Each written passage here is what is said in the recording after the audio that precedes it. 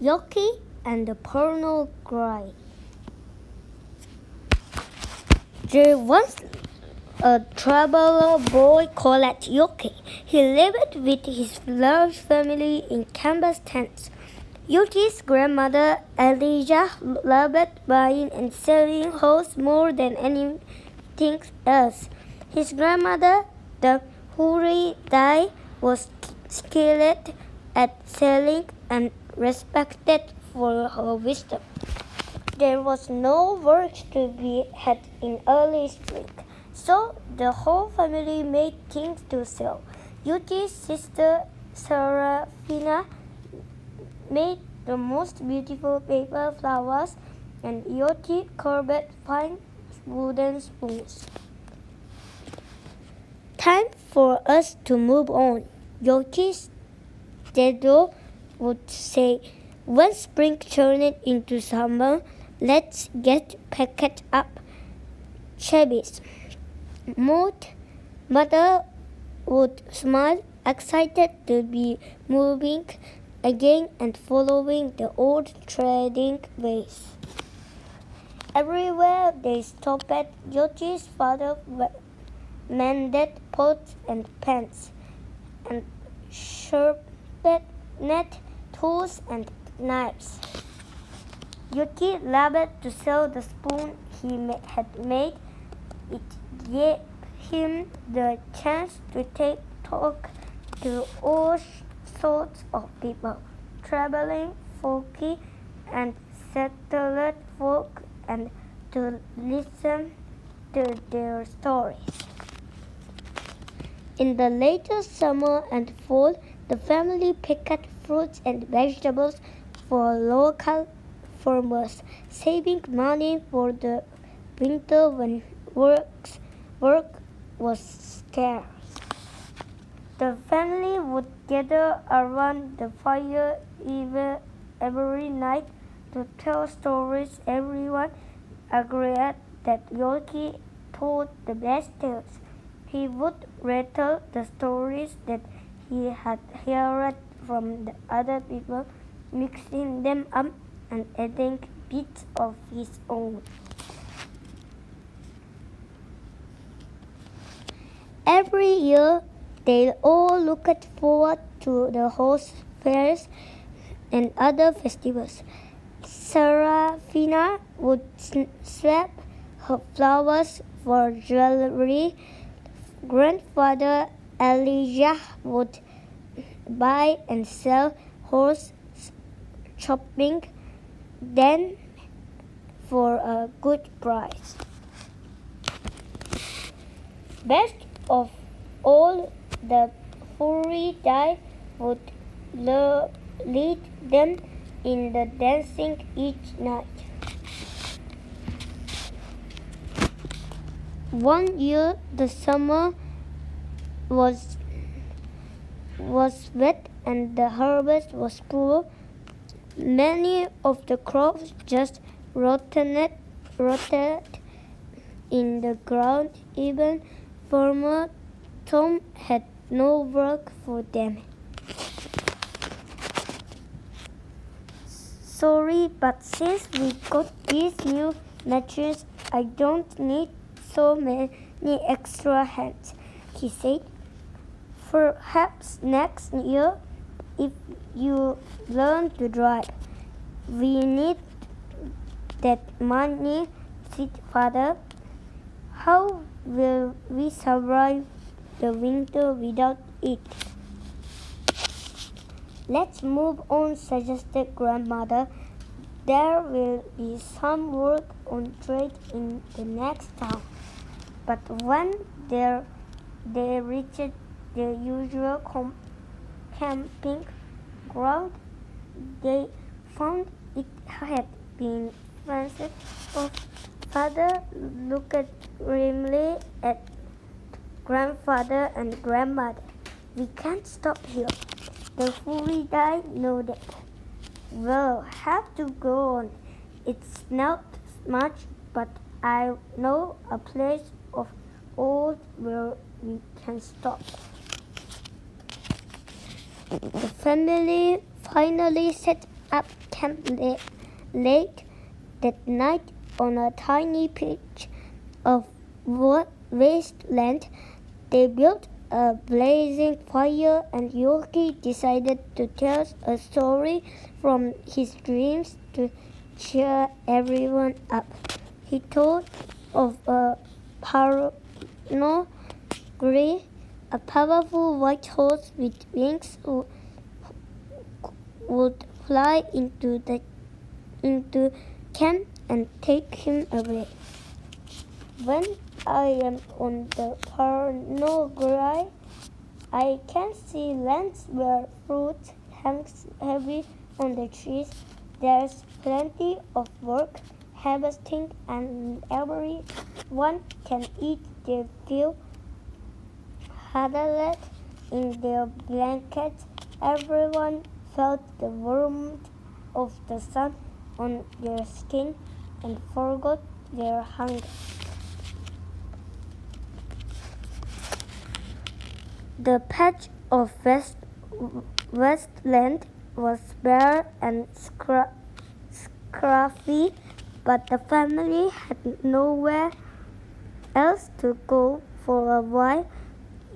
Yoki's stories about the wonderful Parno Gry made them forget their troubles, but their lives got harder and harder as winter approached, and it was difficult to stay cheerful.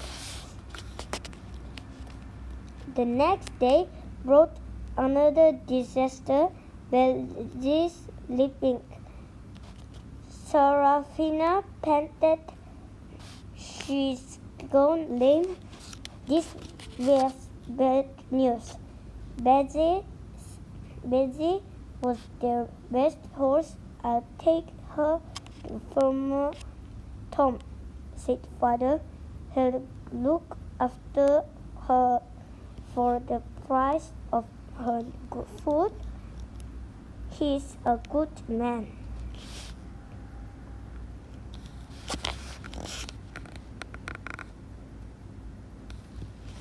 Every day of trading brought new disappointments. Hardly anyone wanted to buy their crafts at the market. Auntie struggled to get a good price for their hands. That's only half what they are worth, she cried as someone tried to bargain with her. But she knew half was better than nothing. Grandfather Elijah had to sell the old goat, Nancy, and the cart. Father got a bad deal on the donkey. I'm so sorry, he said. All they would have left were their tent, the 2 dogs, and Bessie once she was better. The next night, as the family huddled together, Yoki's youngest cousin Mary pulled at his sleeve. Take us for a way. Tell us another story about the Parno Gry, she pleaded. Grandfather Elijah grew angry. You are filling their heads with dreams of a made-up future. He shouted, Tell Jib. The Furidai told him to sit down. Sometimes, dear one, all we have are our dreams, she said. They keep up going until the next opportunity appears. Tonight, all we have is Yoki's story. Let's enjoy it. In my dream, the Parno Gry came and we all climbed on its back.